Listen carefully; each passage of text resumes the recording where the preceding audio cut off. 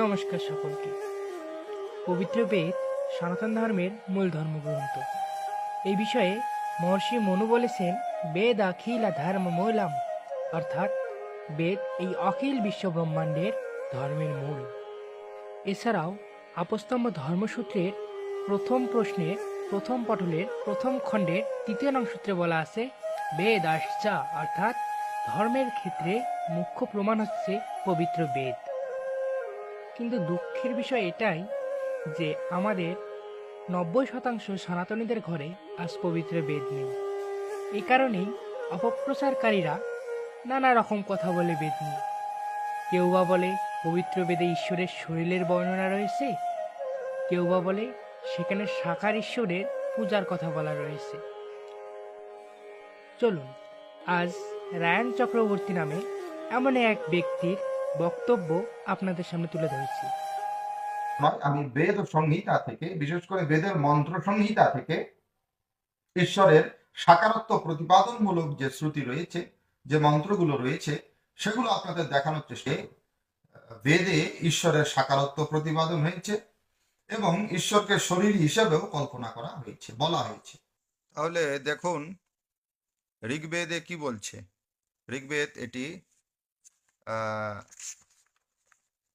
ঋগ্বেদ সংহিতা, রমেশচন্দ্র দত্তের অনুবাদ। এই ঋগ্বেদ সংহিতা এটির প্রথম মণ্ডল এবং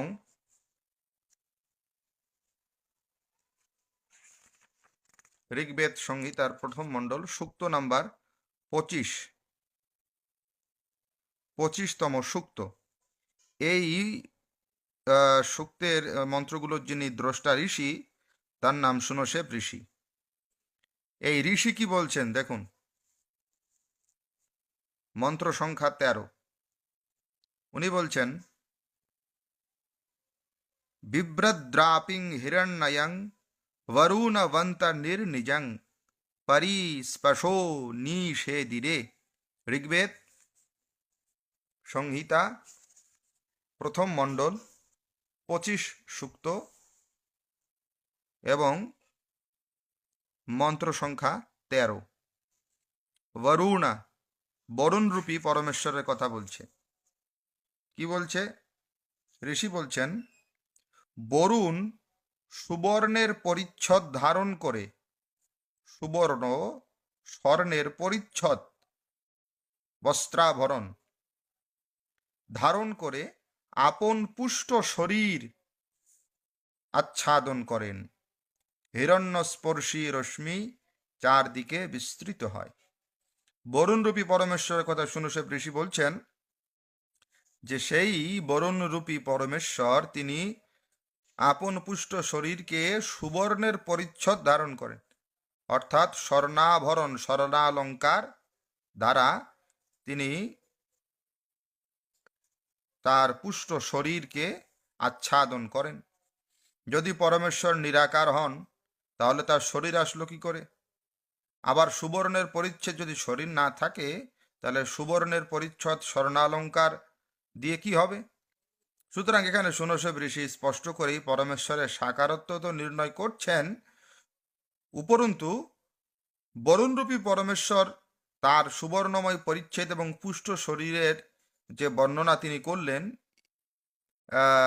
সেটি দিয়ে আরও স্পষ্টতরভাবে তিনি বেদের মন্ত্রভাগেও যে ঈশ্বরের সাকারত্ব প্রতিপাদন হয়েছে তার একটা প্রমাণ রেখেছেন।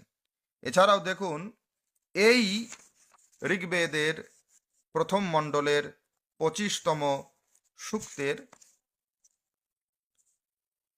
18তম মন্ত্র, এখানে দেখুন। এখানে ঋষি বলছেন, দর্শং নু বিশ্ব দর্শতং দর্শং রথমদীক্ষমি এতা জুষত মে গিরহ। ঋষি বলছেন কি, যে সকলের দর্শনীয় বরুণকে আমি দেখেছি। ঋষি দর্শন করেছেন, তিনি বলছেন সকলের দর্শনীয় বরুণকে আমি দেখেছি, ভূমিতে তার রথ বিশেষ করে দেখেছি, আমার স্তুতি তিনি গ্রহণ করেছেন। দেখুন, বরুণরূপী পরমেশ্বরকে ঋষি দর্শন করেছেন, সেটা বলছেন আমি দেখেছি সেই দর্শনীয় বরুণকে। তাহলে ঋগ্বেদের প্রথম মণ্ডলের 25তম সূক্তের দুটো মন্ত্র, অর্থাৎ মন্ত্র সংখ্যা 13, এখানেও বরুণরূপী পরমেশ্বরের শরীরের বর্ণনা রয়েছে, এবং 18তম মন্ত্রে ঋষি বরুণরূপী পরমেশ্বরকে দর্শন করেছেন, দেখেছেন, এ কথাও বর্ণিত হয়েছে। দেখলেন তো, ইনি সরাসরি পবিত্র বেদ থেকে দেখালেন যে সনাতন ধর্মে বা পবিত্র বেদের মধ্যে প্রতিমা পূজার কথা বা ঈশ্বরের শৈলের কথা রয়েছে। তো চলুন, এই বেদ ভাষ্যের বা তিনি যে বেদ থেকে দেখালেন এই বেদেরই আমি কিছু মন্ত্রাংশ এবং তার অর্থ আপনাদের দেখাচ্ছি। স্ক্রিনে দেওয়া অনুবাদটি একই বেদ ভাষ্যকারের কাছ থেকে নেওয়া। এটি হচ্ছে প্রথম মণ্ডলের 162 নং সূক্তের 11, 12 এবং 13 নং মন্ত্র। এখানে স্পষ্টভাবে বলে দেওয়া রয়েছে যে দেবরাজ ইন্দ্র গোমাংস, অশ্ব মাংস, মহিষের মাংস এগুলো ভক্ষণ করেন। তাহলে তিনি এই বেদেরই অন্য জায়গা থেকে দেখিয়েছেন যে ঈশ্বরের শরীর রয়েছে বা প্রতিমা পূজার নিয়ম বেদে রয়েছে। তো তাহলে এটাও তাকে মানতে হবে যে গোমাংস, অশ্ব মাংস এবং মহিষের মাংস খাওয়ার বিধান সনাতন ধর্মে রয়েছে। তাহলে তিনি কেন ভক্ষণ করেন না গোমাংস? তিনি কেন ভক্ষণ করেন না অশ্ব মহিষের মাংস?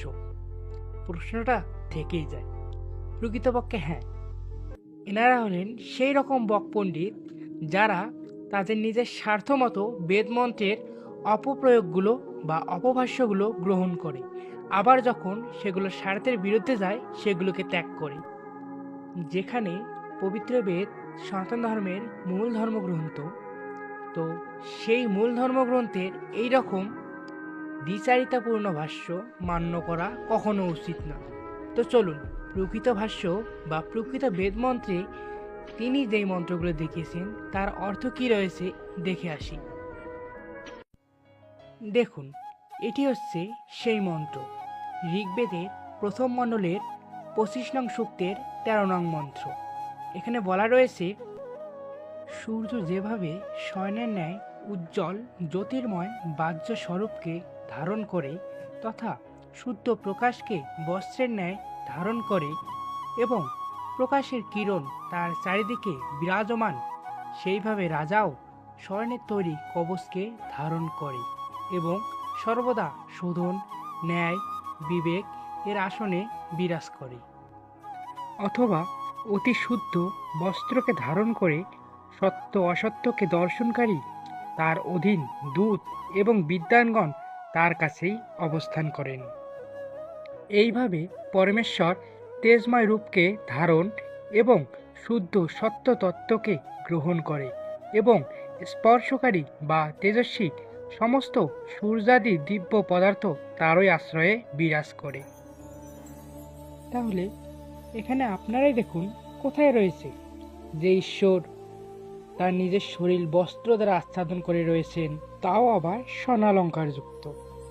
চলুন এখন দেখা যাক তার দাবিকৃত পরবর্তী মন্ত্রটি। এটি ঋগ্বেদের প্রথম মণ্ডলের 25 নং সূক্তের 18 নং মন্ত্র।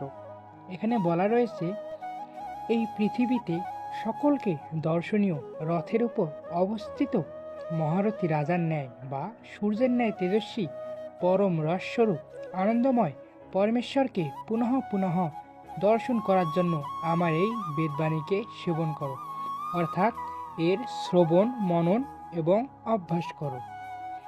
এই মন্ত্রে পরমাত্মার জ্ঞানরূপী সাক্ষাতের কথা বলা রয়েছে। কিন্তু সেই রায়ন চক্রবর্তী কি বলল? কোনো এক ঋষি পরমেশ্বরকে দেখেছেন।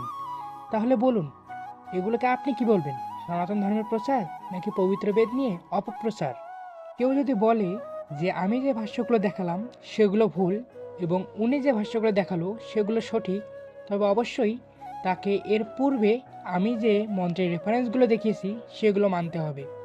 সেগুলোতে ছিল গোমাংস, অশ্বমাংস এবং মহিষের মাংস ভক্ষণ করার বিধান, যেগুলো দেবতারা ভক্ষণ করেছেন। তো দেবতারা যদি ভক্ষণ করতে পারে, আমরা সেই দেবতাদের স্তুতি করি, তাহলে আমরা কি পারবো না ভক্ষণ করতে? তাহলে অবশ্যই তাদের সেই গোমাংস, অশ্ব মাংস এবং মহিষের মাংস ভক্ষণ করতে হবে। কিন্তু তারা তো করবে না, কেননা তারা জানে গোমাংস, মহিষের মাংস এবং অশ্ব মাংস সনাতন ধর্মে নিষিদ্ধ। তাহলে যে বেদভাষ্যে এগুলো ভক্ষণের বা গ্রহণ করার কথা বলা আছে, তাহলে সেই বেদভাষ্যকেও অবশ্যই নিষিদ্ধ করতে হবে। এ কারণেই আমি যে আর্যভাষ্য থেকে সরলার্থ সহিত মন্ত্রগুলো দেখালাম, এগুলোই মান্যতাযোগ্য।